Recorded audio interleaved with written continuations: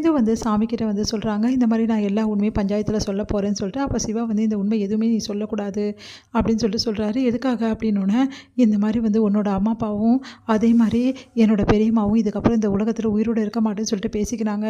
அதனால் அவங்க வந்து இந்த உலகத்தை விட்டு போயிட்டு அதுக்கப்புறம் நான் வாழ்ந்து என்ன பிரயோஜனம், அதனால் வந்து எனக்கு இந்த வாழ்க்கையே வேண்டாம், என்னை பொறுத்த வரைக்கும் அவங்க உயிரோடு இருக்கணும், எனக்கு அதுதான் முக்கியம், அதனால் நீ எந்த உண்மையும் சொல்லக்கூடாது, நீ எனக்கு சத்தியம் பண்ணு சிந்துன்னாலும் வேறு வழி இல்லாமல் சிந்துவும் சத்தியம் பண்ணி கொடுக்குறாங்க. இப்படி பண்ணிட்டே டாக்டர்னு சொல்லிட்டு நினச்சி பார்க்குறாங்க அந்த பஞ்சாயத்தில். அடுத்து வந்து சொல்லுங்கள் டாக்டர், இது உண்மையா, இந்த சிட்டு சொல்கிறதெல்லாம் உண்மையா சொல்லுங்கள், உங்களை கட்டாயப்படுத்தி தான் வந்து சிந்து கல்யாணம் பண்ணாலா அப்படின்னு சொல்லிட்டு கேட்டுட்ருக்காங்க பஞ்சாயத்தில்.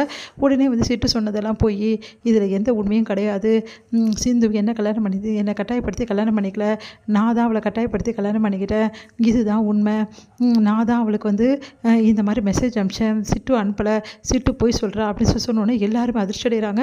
உடனே வந்து சிவா இப்படிலாம் சொல்லுவேன், சிட்டு எதுக்காக போய் சொல்லணும், போய் சொல்ல வேண்டிய அவசியமே கிடையாதுன்னொன்னே, இவ்வளோ நாள் வந்து ஏன் சொல்லாமல் இப்போ ஏன் சிட்டு வந்து சொல்கிறா, அதை கேட்டிங்களா அப்படின்னு சொல்லிட்டு கேட்குறாரு.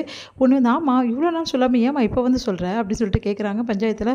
அது வந்து ஐயா அப்படி சொன்னோன்னே, அதுக்கு பதில் நான் சொல்கிறேன் சிட்டு, ஏன்னா இப்போ தான் ஸ்னேகா உனக்கு வீட்டில் கடன் இருந்தது அதை அடைச்சிருக்கா, உங்கள் அப்பாவுக்கு ஆப்ரேஷன் பண்ணி ஃப்ரீயாக பண்ணி கொடுத்துருக்கா, அது மட்டுமா உங்கள் அப்பாவுக்கு வண்டியும் வாங்கி கொடுத்துருக்கா, இவ்வளவு எதுக்காக செஞ்சா, நீ பொய் சொல்லணுன்றதுக்காக செஞ்சுருக்கா.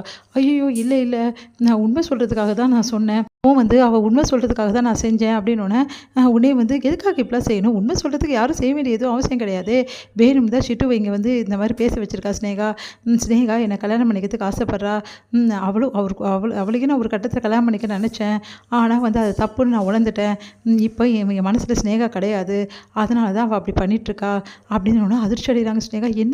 என்ன சிவா இப்படிலாம் பேசுகிற அப்படின்னு சொல்லிட்டு அவங்க அம்மா மகா வராங்க. உடனே வந்து அங்கே வந்துடுறாங்க.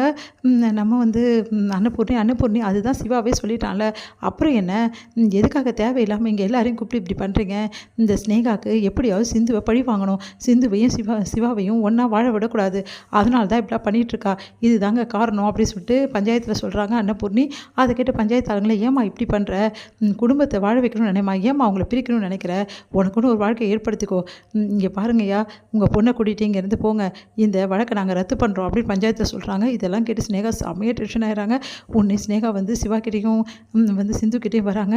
என்ன நினச்சிட்டு இருக்க சிவா, நீ பண்ணதுக்கெல்லாம் கண்டிப்பாக பதிலடி நான் கண்டிப்பாக கொடுப்பேன், எவ்வளோ வந்து தைரியமாக இருந்தால் இந்த மாதிரி வேலையை நீ செஞ்சுருப்ப, எல்லாம் இவளுக்காக தான் பண்ணிப்பேன், இவள் அப்படி உன் மனசை மாற்றிருக்கால, இப்போ எழுதி வச்சுக்கோங்க, 2 பேரும் நிம்மதியாக உங்களை நான் வாழவே விட மாட்டேன், எக்காரணம் கொண்டும் நீ சிந்து கூட சேர்ந்து வாழலாம் நினைக்காது, அது நடக்காது, இங்கே பாரு சிந்து, நீ சிவா மனசை மாற்றி இந்த மாதிரி சொல்ல விட்டுருக்கல, நீ நிம்மதியாக சிவா கூட வாழ்ந்துருவேன் நினைக்கிறியா, அது இந்த ஸ்னேகா இருக்க வரைக்கும் முடியாது, நான் என்னை நிரூபிக்க முடியாமல் போயிருக்கலாம், ஆனால் கூடிய சீக்கிரம் வந்து நான் எல்லா உண்மையை நிரூபிப்பேன், சிவா நீ இப்படி பண்ணுவேன் நான் நினச்சி கூட பார்க்கல அப்படின்னு சிவா அமைதியாக இருக்கார்.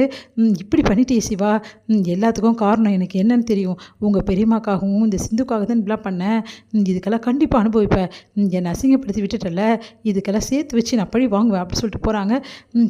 இங்கே பாரு ஸ்னேகா, பட்டதெல்லாம் போதும், வாமா போகலாம் அப்படின்னு சொல்கிறார் சிவா.